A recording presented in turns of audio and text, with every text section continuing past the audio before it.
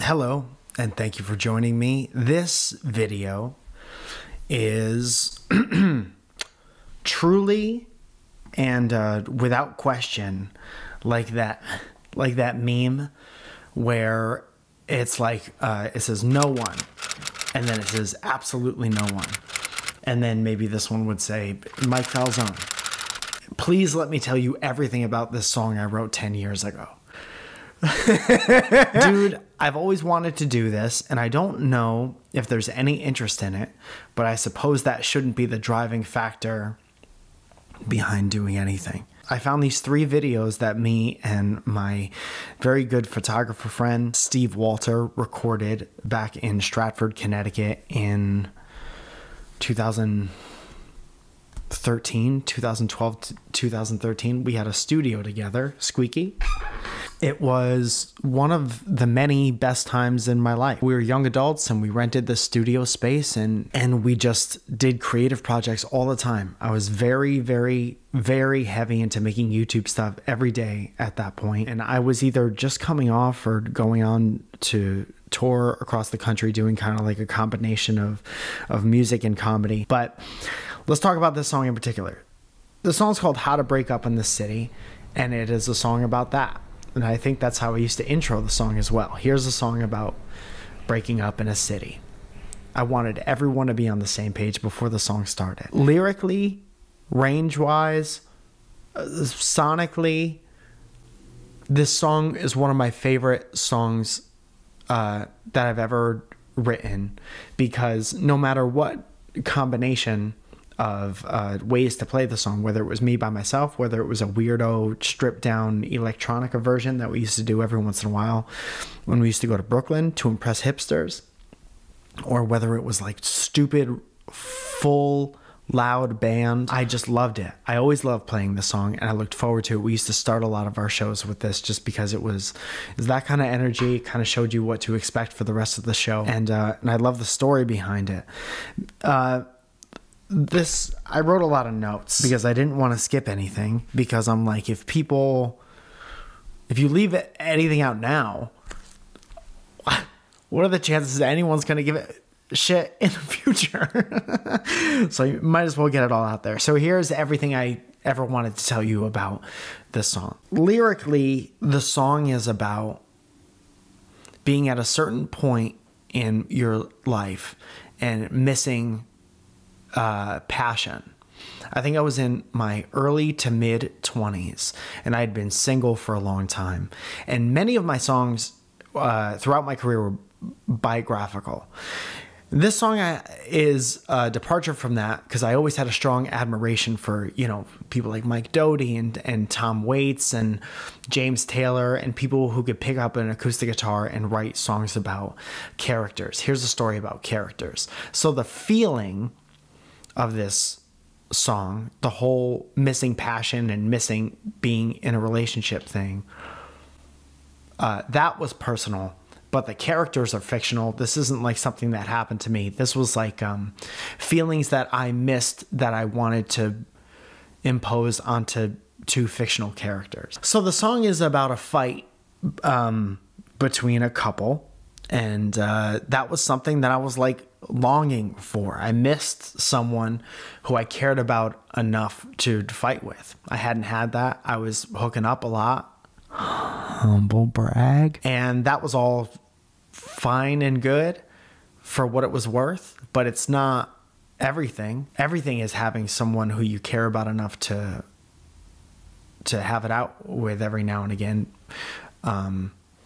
But there's also like, you get in relationships before the one you're going to stay in, where you fight just because you don't know that you shouldn't be together yet. And this is that. In this video that you're about to see, I'm playing a tiny Martin guitar, mini Martin. Those were really popular around this time. Ed Sheeran made those really, really popular.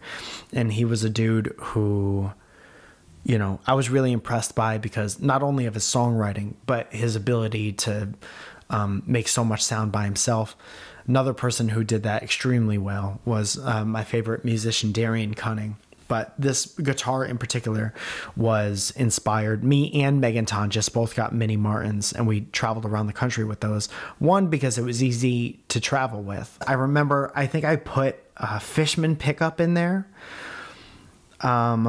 And I got it all set up, and I made it sound, I thought it sounded beautiful through speakers, and you know, those Martins, they sound beautiful just by themselves, but I made sure I got like a really special pickup and put it in there. That was the stage of my career. You'll see by the setup too. Everything was, you can't really see the pedal board, but everything was set up exactly the way I wanted it to be. I wrote mine on my guitar because me and Megan had the same guitar, and so we wouldn't mix them up. I just took a black marker. She's like, how are we going to know whose guitar is who? And I just took a black marker and I wrote mine on mine. That one was mine. In the first verse, there's this guy. We hear this guy playing back this argument that he had in his head with his girlfriend. And as a result, the girl goes out and she has a girls' night with a friend because she needs to get out of this place where maybe she used to have a good time. She's not having a good time anymore. So what do? You're in your early 20s. You're going to go with the people who make you feel good. And this dude is sitting at home, probably playing Call of Duty. Maybe his friends have signed off and he's just there by himself.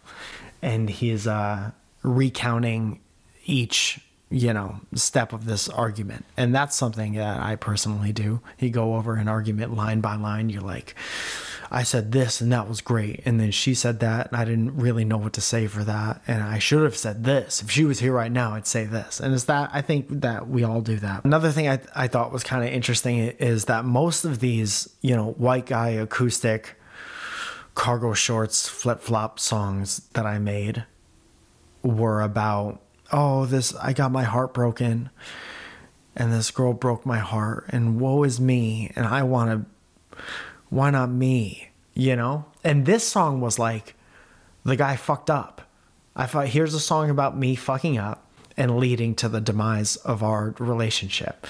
And that was kind of Third Eye Blind-ish, I think, of me. Not as dark as a Third Eye Blind song, but kind of like a happy, very poppy chord progression, up-tempo thing. But it was really about, you know, it wasn't about, man, these girls, they did me wrong. You know, like every blues song. My baby left me, squawano. It was more about like, this is what it's like to be a clueless, emotionally immature 22, 23-year-old. Halfway through the first verse, the guy goes to a bar and he gets drunk. He's going over what he says and he's like, you're the prettiest girl I know. It's been too long since I told you so. So he's not like, I want to save the relationship and I want to grow as a person and I want to grow with you and I want to move past these problems that we've had. It's more like, I don't want to lose this hot girl. It took me so long to get a hot girl. And I don't want to fight with a hot girl because that would suck, because that means we can't be together and have sex and hang out with our friends anymore. If this was a movie, we'd kind of cut to the girl and she's out with her friends. In the guy's mind, he's like, she might be trying to make him jealous, or she might not be. She might just be, like I said before, just wanting to go out and have a good time. This guy needs to wallow in his stupid self-pity because he's a little boy, and this girl needs to get out and have a good time. I was really enamored with the idea of having a building chorus, which means the chorus kind of means something different each time you hear it throughout the song, and it kind of adds an emotional layer to it. And I wasn't great at it, but I did really want to try in this song. So every time you hear the chorus, it kind of means something else. The first time you hear the phrase, you make me not want to stop, love, is the guy thinking, you know, I just want this fight to be over. I still want to go out with you. Like I said before, you're hot. That took a long time to figure out how to be with a hot person. It's a very shallow, immature way to think. But that's what this person wants. In the top of the next verse, he goes out to find this person and to find, you know, he knows where her and her friends hang out. And in his mind, he's doing this grand gesture. He wants the reward, and he wants to credit for this big, grand, you know, rom-com emotional gesture, big empty gesture. And he's like, look, I came out of the house that we were fighting in, and I came to find you, and you're dancing with this other guy. Now you want to be with me. Because I was in the middle of a Call of Duty match, and my team was up, and my kill death ratio was positive, and I put that controller down, and I got drunk, and I came to find you. Don't you love me now? And there's a line where he says, you look delicious, and I want to take a bite. And that could mean like you're, you know, desirable sexually, but it's also like, you know, fuck you for looking good. I love you for looking good. And now you're giving that to the world, and it's not for us anymore. You're not mine anymore. It's very clear that you're not mine anymore. And so I want to get at you for that. And we should have it out. Now's the time to have it out. He says he doesn't want to fight, but he goes out and he looks for trouble. Which is just the most like 23-year-old thing you could possibly do. I'm not going to work on myself. And while I'm trudging through the swamps of not wanting to work on myself, you also can't go out and have a good time. And that's how you get broken up with. So You Make Me Not Want to Stop Love the second time is kind of more about craving the drama and mistaking it for passion.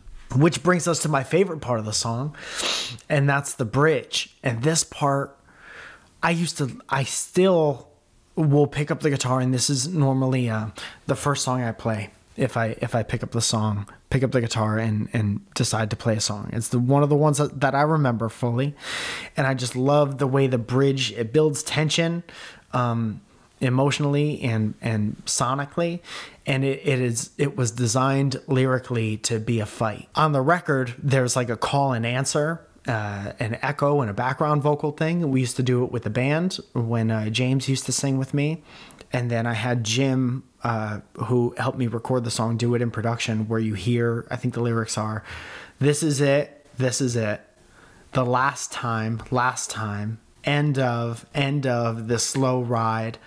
And then there's especially on the record, it's called Almost Half Serious. If you haven't heard it, most of you probably fucking haven't heard it. There's harmony on that, the end of the slow ride. And that is, so there's these two voices being combative and going at each other. And when it gets to this harmony on Slow Ride, that's supposed to be them finally being on the same page and doing that cute relationship thing where it's like, we finish each other's sentences, you know?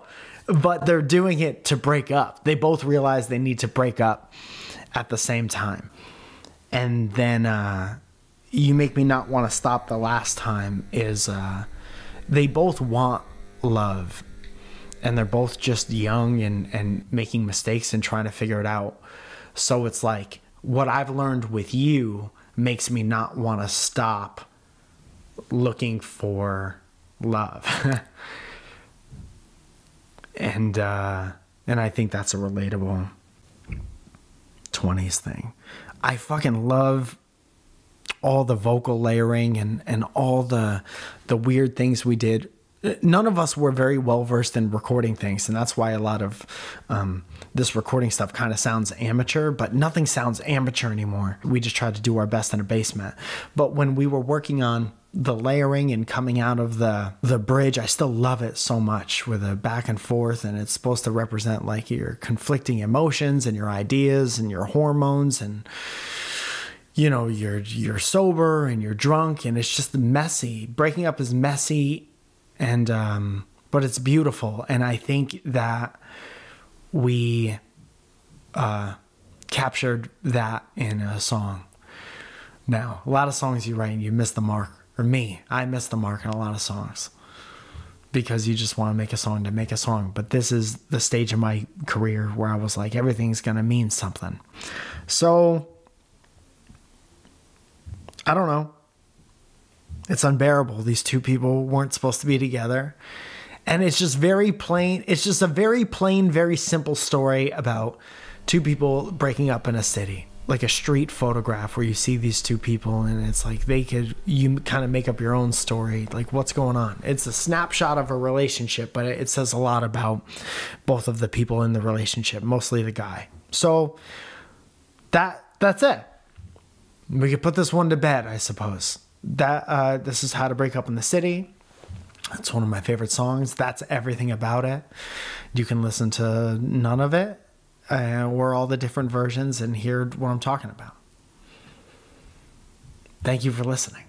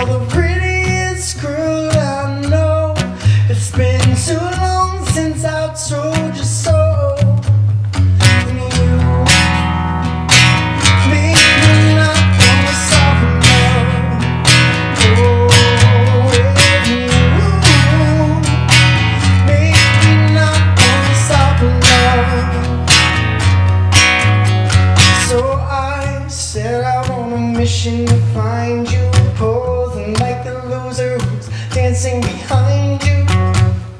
You really did it this time, fogging up your glasses when your hips grind. You can't be mad at me forever, of course I knew she would be. But let her you look delicious and I wanna take a bite. I refuse to end tonight. Stupid fight with you. Make me not wanna stop alive. Oh, make me not wanna stop alive. This is it, the last time, the end of the slow ride. Party's over. This is last call. Go and get your shit before I burn it.